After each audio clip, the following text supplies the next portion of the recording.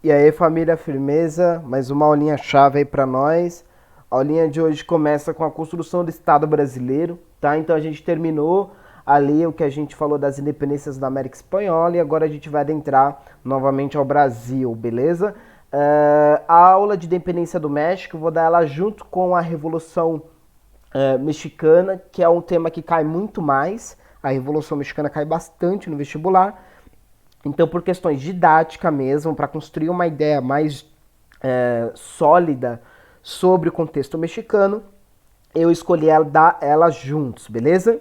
Então agora a gente vai virar os nossos olhos para o Brasil, para a construção desse Estado brasileiro, lembrando que a gente tem a independência do Brasil, que a gente tratou nas aulas anteriores, e os fatores da independência são extremamente importantes para essa aula de hoje, beleza? Então aqui a gente tem um quadro, né? Uma litografia, né, do Carlos, que é a Praça da Boa Vista, em Recife, Pernambuco, beleza?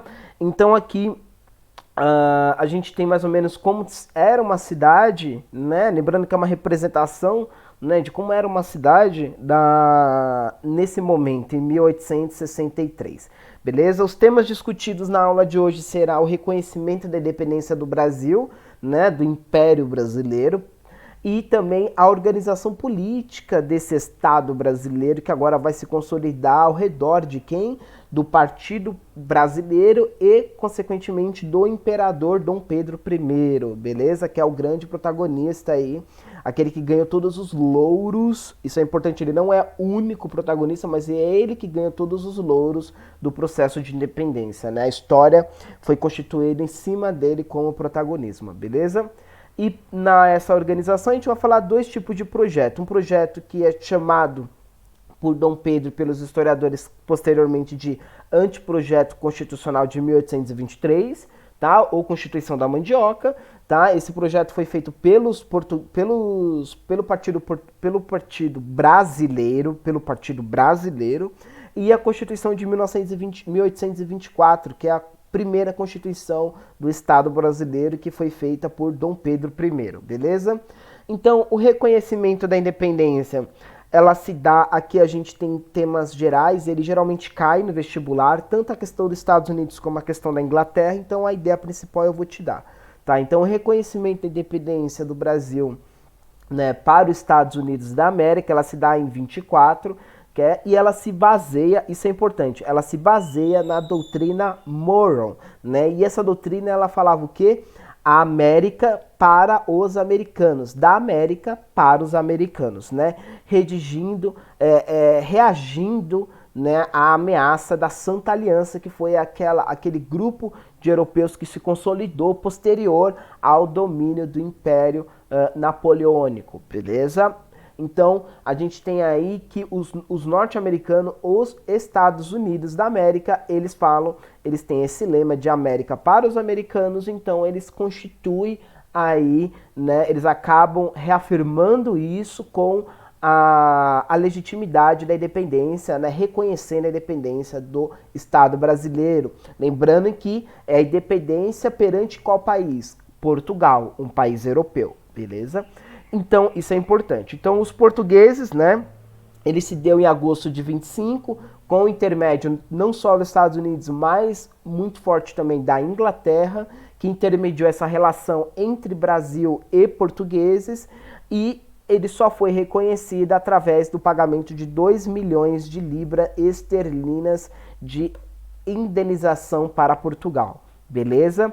A Inglaterra, que é o mais importante, tá? Geralmente cai bastante, tanto dos Estados Unidos, da doutrina Monroe, como na Inglaterra. E a Inglaterra, ela tinha interesses basicamente de mercado de consumo, né? Ela estava de olho no mercado de consumo brasileiro para os seus produtos têxtil, que foi produzido em grandes escalas devido à sua industrialização em 1760, né?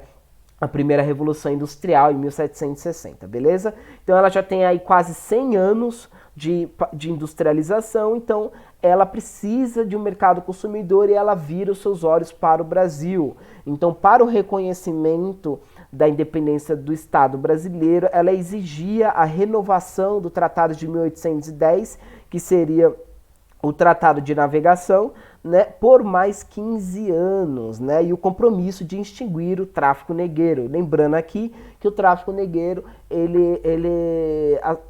as pessoas que são utilizadas na mão de obra escrava, elas não têm recursos para comprar os produtos da Inglaterra.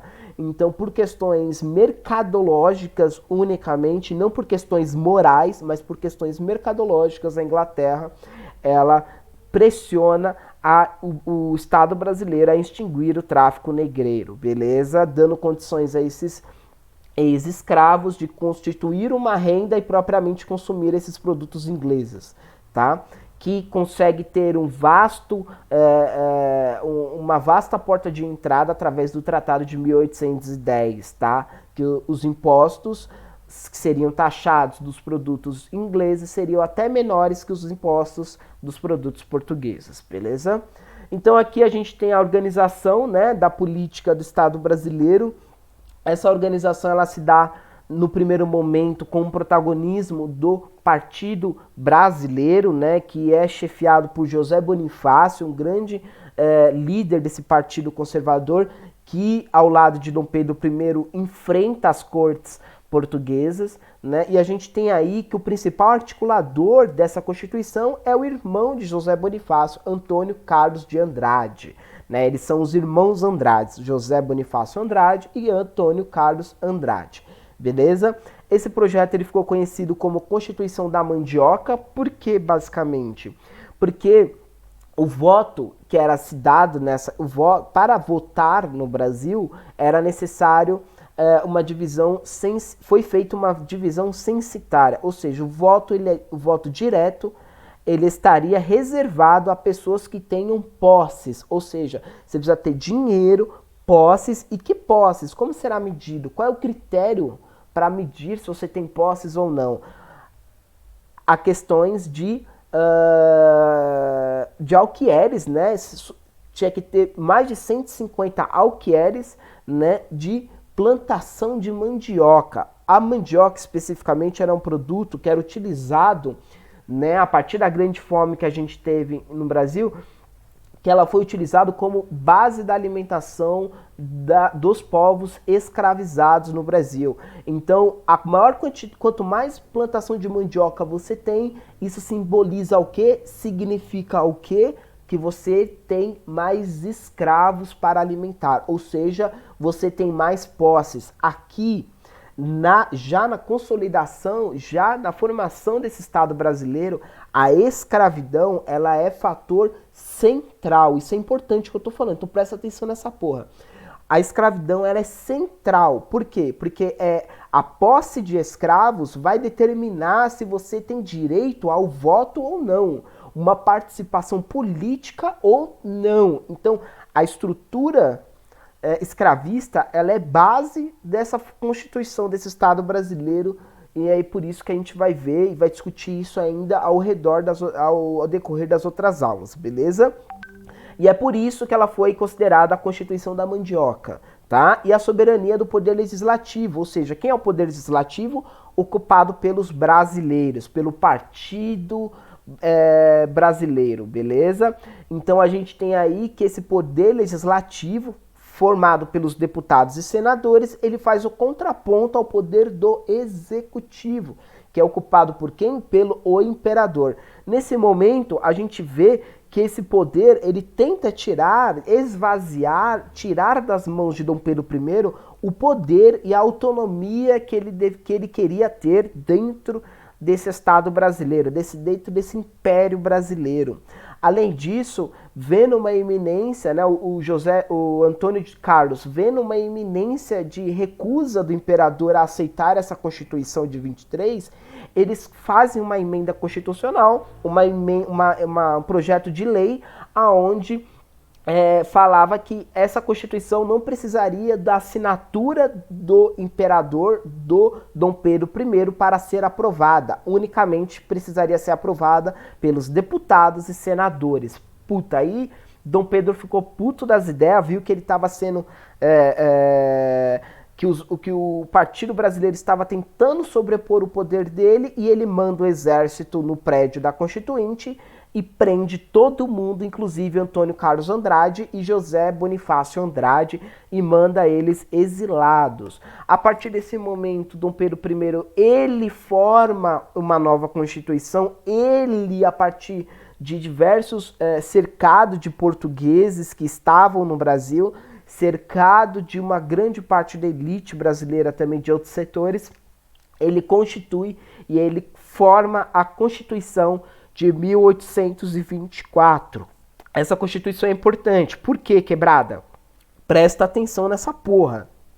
Primeira coisa, o imperador, ele jurou essa Constituição que ele mandou redigir, ou seja, ela foi uma Constituição que foi ortogada, ou seja, ela foi imposta, ela não foi colocada em votação no Senado e nem para os deputados, beleza? Ela foi o quê? Colocada através da força em cima dessas outras classes políticas, em cima desses outros poderes.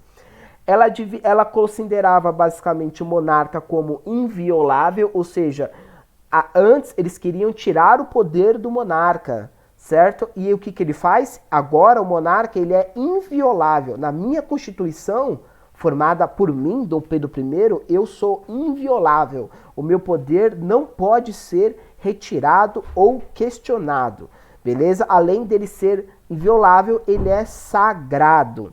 Todos os portugueses que atuaram junto com Dom Pedro I para a formação dessa Constituição de 1824, eles seriam considerados brasileiros, ou seja, eles teriam uma dupla nacionalidade, tanto como portugueses como brasileiros. Então eles conseguem dar um golpe muito forte nos movimentos de resistência portuguesa, trazendo eles agora, ó, em vez de vocês resistirem a independência do Brasil, vocês portugueses que estão aqui no Brasil, vocês agora podem ser também portugueses e brasileiros e ter direitos políticos aqui dentro. E isso ele acaba atraindo para a esfera de opinião dele, para a esfera de influência dele, os portugueses revoltosos dentro do Brasil. Beleza? Além disso, ela constitui um regime de monarquia constitucional hereditária, ou seja, o poder do monarca, ele será limitado pela Constituição, lembrando que a Constituição foi feita pelo Dom Pedro I, então ele coloca ele como grande protagonista e como grande detentor de poder, ele centraliza dentro dele, dentro do executivo, todos os poderes, né? O protagonismo, isso é importante, ele centraliza esse protagonismo e ele também considera uma monarquia hereditária, ou seja, o seu filho iria herdar o cargo executivo. A cadeira do executivo será sempre da família real, né? Então a gente começa a ver aí que a gente tem não necessariamente uma certa liberdade entre os três poderes daquilo que Montesquieu chama de check and balance, onde cada poder regula o outro. Exige aqui um certo protagonismo do poder executivo, algo que a gente tem, inclusive hoje, no nosso senso comum, de olhar para a cadeira do executivo e achar que o executivo ele é soberano em tudo, que ninguém pode questionar ele. Isso é falso. Tá? Isso é falso. Isso foi em 1824, não em 2020, beleza? Então aqui a gente tem a divisão, essa Constituição ela dividiu os cidadãos em três classes, né? Então ela também traz um caráter censitário, ela divide os cidadãos entre cidadãos passivos, aqueles que não têm renda, ou seja, não votam e também não podem se eleger, né? Então eles não podem participar do Senado, muito menos da Câmara de Deputados, da Câmara Municipais de Vereadores. Eles não podem porque eles não têm renda para se eleger. Muito menos votar em candidatos que defendam o seu interesse porque eles também não têm renda para votar. Ou seja, cidadãos passivos. Eles não têm atividade política dentro do território brasileiro. Tá?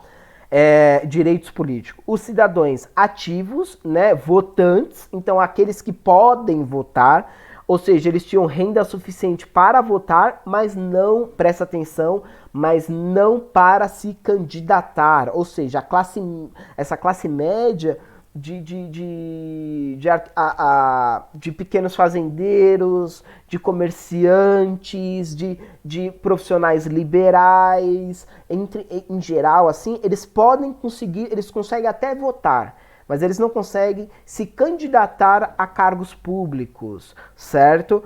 Porque para se candidatar a cargos públicos, você precisa ter uma renda maior ainda do que a renda necessária para votar. Isso é importante. Então a gente vê que há uma certa crescente de renda de acordo com o espaço político que você ocupa. Se você não ocupa nenhum espaço, a sua renda é baixa. Se você pode votar, você tem uma renda intermediária. Se você pode se candidatar a cargos elegíveis, você tinha uma renda suficiente para votar e para ser eleito. Ou seja, só a classe alta, só a elite brasileira vai poder participar de cargos públicos. Só a elite brasileira, a elite escravista, porque a gente sabe como é dividido, que critério é utilizado, é o critério não só da plantação de mandioca, mas de quantidade de escravos que você tinha, mas também de renda de ouro. Então essa elite escravista, essa elite, essa parte superior, essa parte que está em cima desse sistema de exploração, ele terá os maiores direitos políticos e a maior participação política. É importante lembrar que participação política necessariamente ela está relacionada ao quê? Aos caminhos que serão encaminhados esse país. Então se a gente tem uma elite escravista, uma elite calcada em cima da exploração de mão de obra escrava, da exploração de comércio desregulares, você tem aí uma elite extremamente calcada em cima da violência que vai estar guiando aí quais serão os rumos desse império, beleza? Isso é importante. Importante não é você saber cidadão passivo, ativo, mas saber que existe um critério censitário. Isso é importante, um critério censitário, e que quem vai ditar os rumos dessa Constituição, desse Estado brasileiro, nesse embrião de Estado brasileiro, é a elite calcada na escravidão. Beleza? Aqui a gente tem, isso é importante, a Constituição ela divide os poderes entre três, né?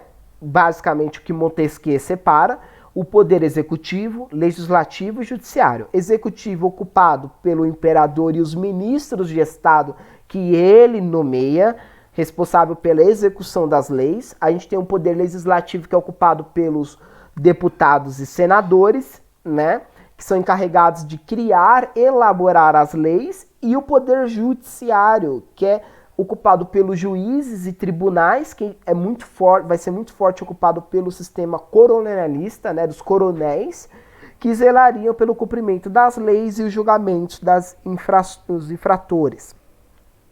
Agora presta atenção, é o slide mais importante dessa aula. Aqui você tem que lembrar dessa porra, velho, porque se cair Constituição de 1824, vai cair isso. O poder moderador. Essa Constituição, ela é diferente de todas as outras constituições que existiam em todos os países do mundo.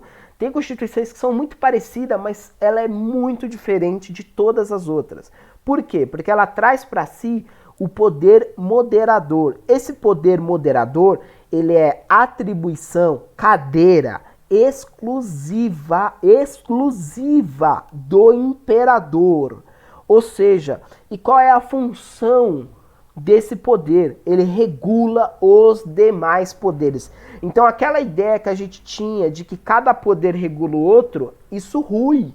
Isso não existe na Constituição de 1824. Na Constituição de 1824, quem deve regular e determinar qual é o caminho que o poder judiciário e o poder legislativo deve caminhar é o poder executivo, é o poder moderador. Por que o poder executivo? Porque quem ocupa a cadeira do poder executivo? O imperador. Quem ocupa a cadeira do poder moderador? O imperador. Então o imperador ele ocupa duas cadeiras do poder, o moderador e o executivo. E qual é a função do executivo? Executar as leis. E qual é a função do poder moderador? Regular o poder legislativo e judiciário, ou seja, colocar ele sobre o guarda-chuva do poder executivo, sobre o guarda-chuva do poder moderador. Essa ideia de poder moderador, ela ultrapassa todos os anos da história e chega hoje na atualidade aqui no Brasil. Como? Quando a gente já fala que o poder executivo ele tem prerrogativas absolutas, que ele pode fazer o que ele bem entender. E que tanto o poder legislativo como o judiciário não pode questionar as atitudes do poder executivo. Isso é falso. Isso ocorria em 1824, na Constituição de 24, a primeira Constituição brasileira. Na nossa Constituição formada em 1988, não é isso que predomina, mas sim a divisão entre executivo, legislativo e judiciário. E é a divisão de Montesquieu, do check and balance. Cada poder regula o outro. É função primordial do legislativo e do judiciário vigiar as atitudes que o poder executivo está tomando. E o executivo também vigiar as atitudes e as ações que o legislativo e o judiciário está tomando. Então não existe um poder que tenha um protagonismo maior do que o outro. Hoje, em 1824, o poder que tem maior protagonismo é o poder executivo, porque ele concentra na mão do imperador a função de executar as leis e a função do que, presta atenção, regular os demais poderes. Essa é a ideia principal. Isso é importante. O poder moderador é ocupado pelo imperador e ele tem função de regular os demais poderes. Beleza? Então a aula de hoje é isso, quebrada. A partir da semana que vem a gente vai adentrar mais e mais na Constituição desse Estado brasileiro, falar de outros setores agora, mas as ideias, as leis que vão vigorar, esse tipo de sociedade calcada na escravidão, ela é discutida na aula de hoje, beleza? Então tamo junto, quebrada, é nóis.